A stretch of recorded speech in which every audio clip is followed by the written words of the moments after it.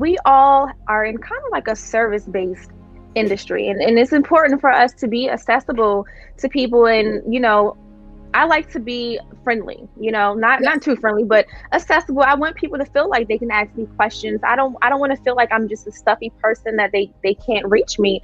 But then you do have people that will take your kindness, you give them an inch, they try to take a mile. Oh, So sure how do is. you guys navigate that? How do you guys still remain accessible and friendly without being over friendly or setting your boundaries? I guess that's the question. How can you set your boundaries and advice to give other people to set their own boundaries? Discernment is a real thing, and I think believing and understanding the power of discernment is very important when it comes to the media industry, especially because you're going to learn very quickly that everybody's not your friend, and everybody does not want to succeed, and everybody does not want. Some people just literally want to get to you to figure out what you can do for them, or how being associated with you gets them to places. So the reality is discernment is really key, but sometimes you got to learn those lessons the hard way, and that's a part of your journey as well. I'm learning, and sometimes better things come out of those things. But as for me, I know as I've been growing, especially over the last year, I've really had to create balance with people and understanding what I will and won't do. And I think that's important when you are starting anything, to understand like your main bullet points of like, what am I coming here to do? What am I coming here to obtain? And how am I going to do that? And what am I willing to, and what am I not willing to do to get to this point? Because I think if you really outline those things, then you're able to decide when you are approached by these entities or these people about certain things, when it doesn't align with your key principles, then it's easier to make a decision. So I think boundaries come about when you really know internally, what is Leah willing to do? What is Leah not willing to do? What doesn't sit right when Leah hears that? What are the things that, someone's saying to me and I feel uneasy about it, but I know it's a good opportunity? What are those things?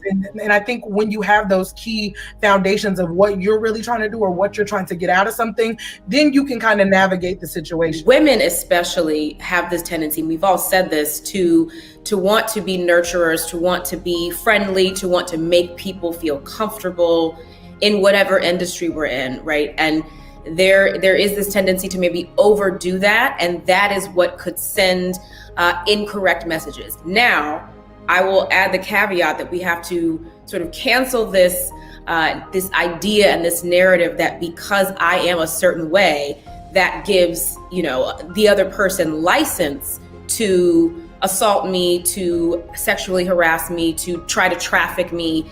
So there has to be balance on both sides, because I cannot be blamed for, walking down the street in a short skirt and smiling for, being attacked, being raped, being trafficked by whomever. But there is something to be said for using your discernment, using your gut, using common sense, and also just using professionalism. And I think that's something that is sometimes missing in some arenas, is we don't set boundaries as far as how what professionalism looks like and what it is. That's something I think that not to poo-poo younger generations, but we don't talk about simple things like how to open a bank account, how to manage money, how to what professionalism looks like. There's so many basic life skills that I got from my mother and my grandmother and my father and my stepdad that I feel like are missing today. Everyone is so focused on being on their phones and following whatever the culture is doing on the Shade Room and on the Jasmine brand and all of these blogs that sort of set the tone for the culture, that we forget how to interact professionally. And then being in this pandemic, even for me personally, sometimes I don't remember how to socialize because I'm so used to being in the house. It's like, wait, what am I going to talk to my friends about today, or whatever it is? So I think we have to start instilling again in our communities and in our youth what professionalism is. And just to go back to what Leah was saying, that looks like setting boundaries. That looks like using your gut, as Laura said. That looks like all of these little nuggets of wisdom that we know, and we just need to put them in a nice basket and present them to the community as this is what professionalism looks like. This is the line I've drawn. I'm sticking to this. This is what it looks like to be professional. And when you're not doing that, I know it's time to take a step back or reassess the situation. And not being scared to speak up on that. Because I feel like as women, we get in these settings, especially that can be very compromising to us. And sometimes we are afraid to set those boundaries for, for people to decide to not go with us, or to miss the promotion or to miss the opportunity because of the way that society is set up. So I think also being unafraid to make it clear to be professional, because I think we've all as women in different areas of our life been in compromising situations where we were too scared because of what the consequence was of doing the right thing was. So that's another thing too. Oh my goodness, like I literally had a situation like that a few months ago. Where I had to set my professional boundaries.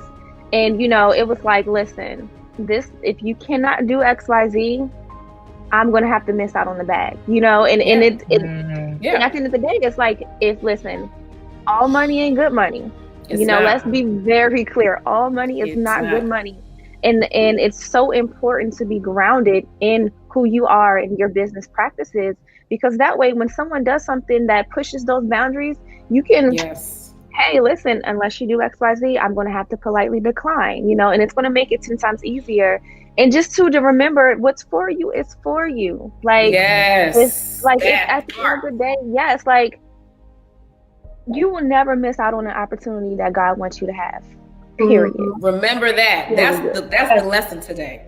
That's like, period. And I have to remind myself that too, like from business, from relationships, from networking, like, period. Whatever is for you is going to be for you. Even if you run from it and it's for you, God will put it back in front of you. So, let's be clear. Especially about women, but even young men as well. But very passionate about women and young entrepreneurial women, and making sure that they're handling money right. Because I know that this money gives us freedom to not be stuck in certain situations or to have to stay in situations.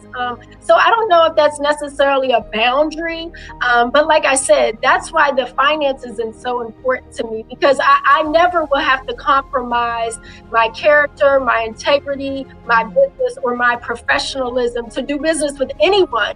I had a girlfriend the other day and she was saying, well, should I do this and should I do this? I said, let me tell you, I have never paid anyone to do anything. Most of the time I show my value. I add value on a daily basis, whether it's online or through business. And people come to me for opportunities, but I will just never have to sacrifice my character or my integrity for $1.